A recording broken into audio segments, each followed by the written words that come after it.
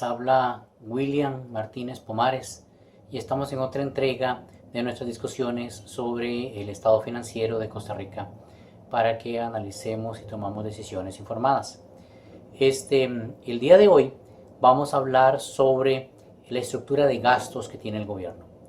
Ya habíamos mencionado anteriormente que el gobierno tiene sus gastos y tiene que pagarlos y obtiene su ingreso pues básicamente de los impuestos y de las cosas que él puede negociar. Hay otras entradas adicionales, pero básicamente son impuestos. Entonces, de las dos opciones que tenemos, que es aumentar los impuestos, la otra opción que tenemos para mejorar el déficit que tenemos actualmente es simplemente reducir el gasto.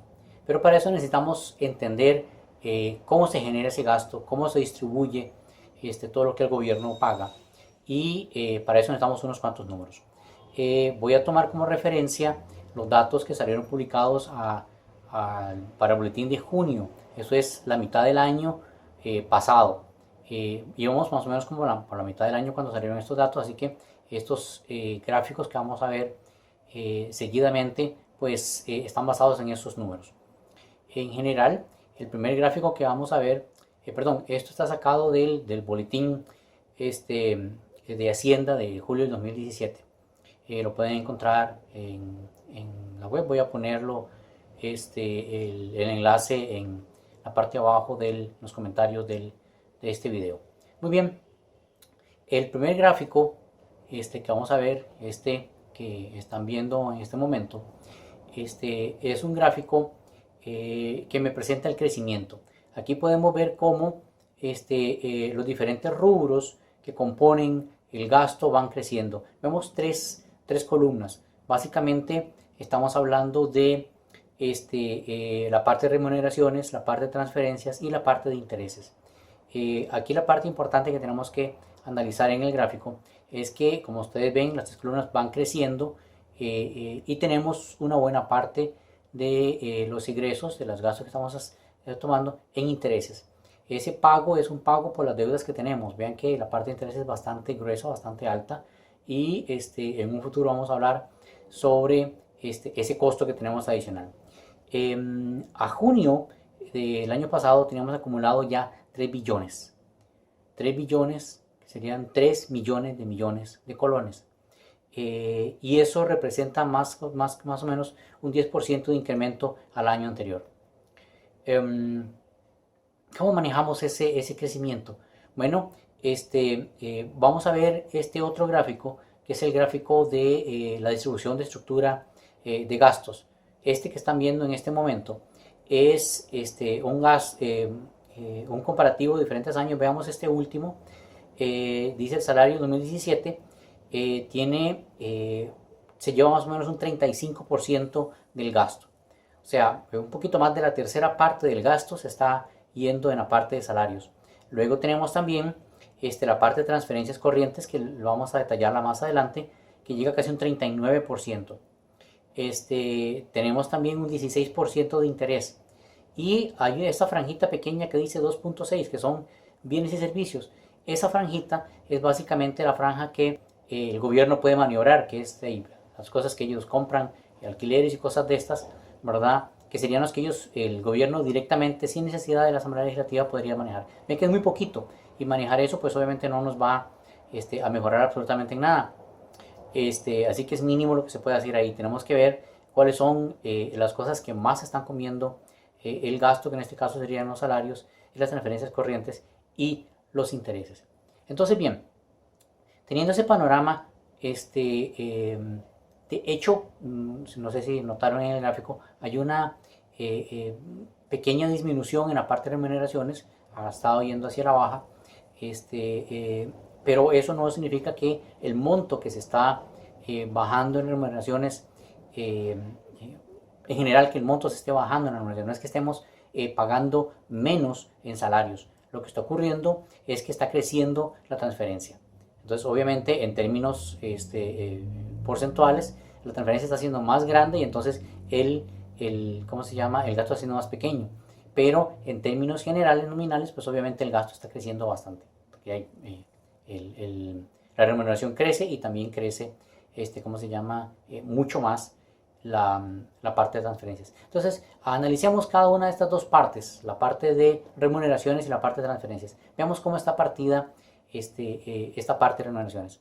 En este gráfico que están viendo en este momento, tenemos cómo se está distribuyendo la remuneración.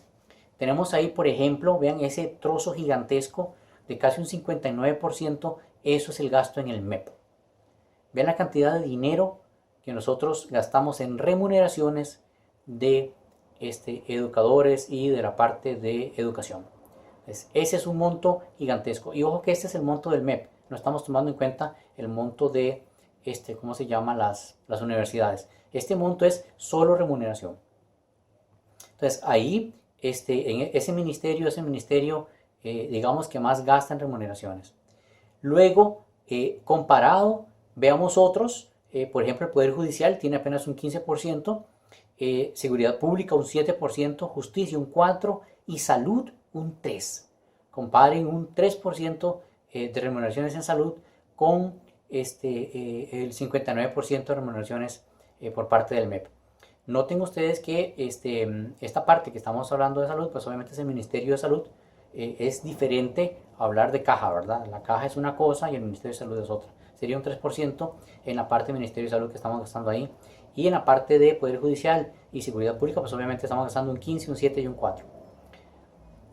Bien.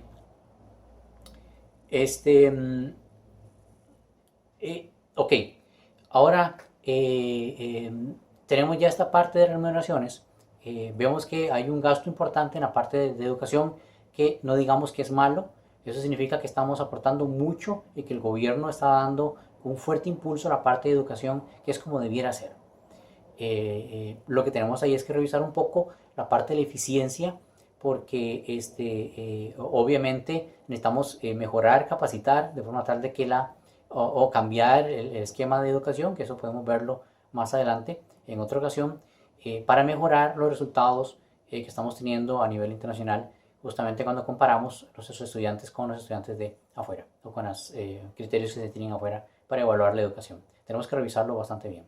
Ahora bien, agarremos esta parte y veamos este otro gráfico, que es cómo se distribuye esa remuneración. Eso es el monto completo que yo estoy gastando en hacer pagos de salarios. Pero entonces veamos cómo se parte eso. Este gráfico que están viendo en este momento es un gráfico de distribución de la remuneración.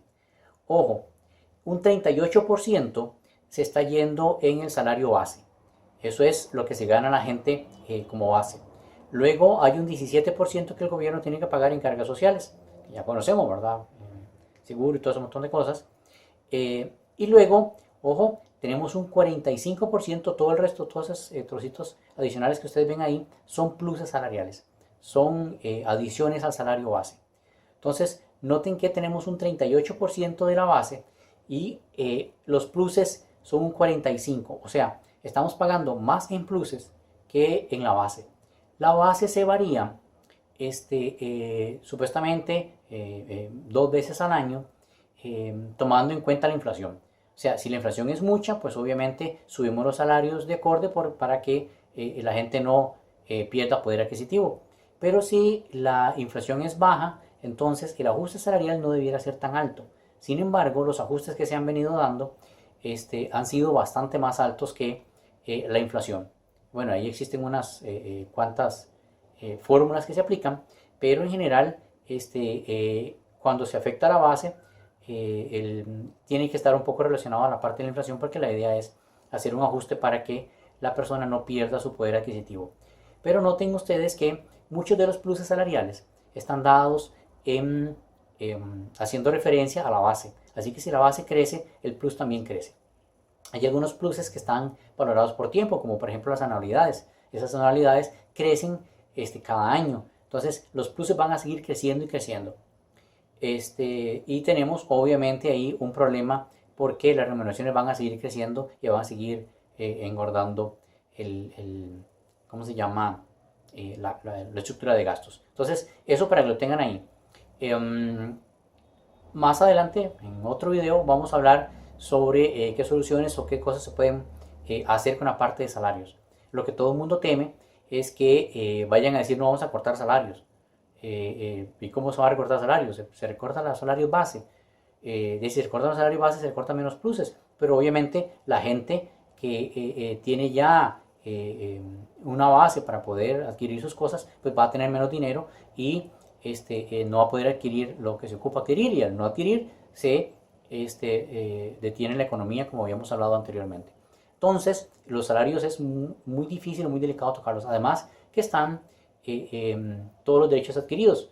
Y por ley, usted no puede rebajar el salario a nadie. O sea, si usted ya está ganando un salario, usted no puede llegar a decirle, oh, usted va a ganar menos. Puede decirle, va a ganar más, pero no ganar menos. Entonces, eso es delicado. Y hay que saber por dónde se pueden ir las cosas. Una, tal vez no reducirlo, y la otra opción podría ser más bien frenar el crecimiento. Pero eso lo podemos ver más adelante. Solamente quiero que quede claro cómo es que estamos gastando los salarios y cuál es la estructura. Como ustedes verán, una buena cantidad es por pluses salariales, y pues el salario es más de una tercera parte de los gastos que está teniendo el gobierno en este momento. Ahora, muy bien, vamos a ver entonces la otra parte. Habíamos visto salarios, pero los salarios, hay otra parte un poquito más grande que los salarios, que son las transferencias. ¿Qué son las transferencias? Las transferencias básicamente es plata que toma el gobierno y se la pasa a otros actores para que esos otros actores la utilicen. Esas transferencias pueden dividirse, veamos el siguiente gráfico. Este otro gráfico nos dice que esas transferencias se dividen en tres partes. Está, digamos, la parte del sector público, la parte del sector privado, transferencia del sector privado, y un resto que sería a otras instituciones, a la parte externa. Esas transferencias más o menos redondeadas van alrededor de 1.000.000 y resto. Y ese 1.000.000 y resto, ¿cómo se llama? Se distribuye así, un 70% en la parte pública y más o menos un 30% en la parte privada. Entonces, veamos este otro gráfico donde vamos a ver a dónde va la parte pública, ese 70%, que es una buena cantidad de dinero que se está pasando a la parte pública. ¿Qué es? ¿A dónde va? Muy bien, hay una serie de programas, ¿vean? En este gráfico se notan que reciben financiamiento directamente del Estado. Por ejemplo, está el FES. El FES es básicamente un dinero que se le da a las universidades para que la educación sea universal y las universidades puedan trabajar autónomamente con ese dinero para crear mejores estudiantes, obviamente. Entonces, noten que de esa parte de transferencias que estamos dando, un 31% va al FES. Luego, tenemos por ahí unas transferencias que se hacen a la caja. Las transferencias que se hacen acá, ojo que son diferentes a la parte de las transferencias que se hacían remuneraciones a salud, que habíamos hablado anteriormente. Estas transferencias forman un 24% de este gasto del sector público. Luego, se manda también dinero a las juntas de educación. Esta parte de dinero a las juntas de educación es dinero que se manda a las juntas de educación, a las administrativas, para que ellas hagan, obviamente, uso para diferentes actividades en las diferentes escuelas. Arreglos, compra de equipos, alimentación, etcétera, etcétera, que es la plata que se manda a las escuelas para que puedan funcionar. Y son administradas por las juntas de educación, que son entes descentralizados del MEP. Luego tenemos también el FODESAP. Ese FODESAP se está llevando alrededor de un 12%. Y otras erogaciones adicionales que tenemos por ahí. Entonces vean que esta parte del sector público son grandes erogaciones que se están dando para poder trabajar con diferentes servicios que se están dando por parte del gobierno. En esta parte, otra vez educación, está salud y ¿cómo se llama? Y la parte de las juntas de educación, la parte de educación y otros elementos adicionales. Ahora bien, eso es el 70% de esas erogaciones al sector público, ¿verdad? O sea, el 70% son las erogaciones, transferencias, que es la parte del sector público. Ahora vemos la parte del sector privado. ¿Qué son? Bueno, básicamente son pensiones, como ustedes están viendo ahora en el diagrama. Ese 30% se va en pensiones. Y ustedes ven en el gráfico, son bastantes leyes, bastantes regímenes pequeños de pensiones. Pero si ustedes suman todo lo que tiene que ver con el magisterio, se lleva un 78%. Entonces, de la erogación de transferencias, que era un 30%, un 78% de eso se va todo para pensiones del magisterio. Entonces, vean ustedes que la estructura de gastos es muy simple. Verán ustedes que son unas cuantas cosas. Existen un montón de cosas pequeñas que se están erogando por un lado y para el otro, ¿verdad? Pero hay actores que son bastante voluminosos, bastante grandes, básicamente forman una buena cantidad del dinero que se está mandando o que se está gastando en el gobierno. Entonces, lo que queda ahí es analizar qué es lo que se está haciendo con ese dinero, eh, cómo se está trabajando y cuál es la verdadera eficiencia de trabajar con ese dinero y lo que me está dando, el resultado que me está dando. Entonces, lo voy a dejar hasta acá. No vamos a entrar a analizar qué es cada cosa, cómo se puede hacer cada cosa, eso lo podemos ver en otro video. La parte interesante de aquí es que vean cómo puedo agarrar todo el monto que se está gastando por el gobierno y dividirlo en unas partes bastante visibles, ¿verdad? Y que son pocas, básicamente, que se pueden ver los elementos grandes. Pueden hacerse recortes en elementos mucho más pequeños, pero esos recortes pueden ser que no me afecten al gasto general global. Si nos acordamos, si hacemos recortes en los rubros mucho más grandes, pues obviamente se va a hacer un recorte mucho más importante.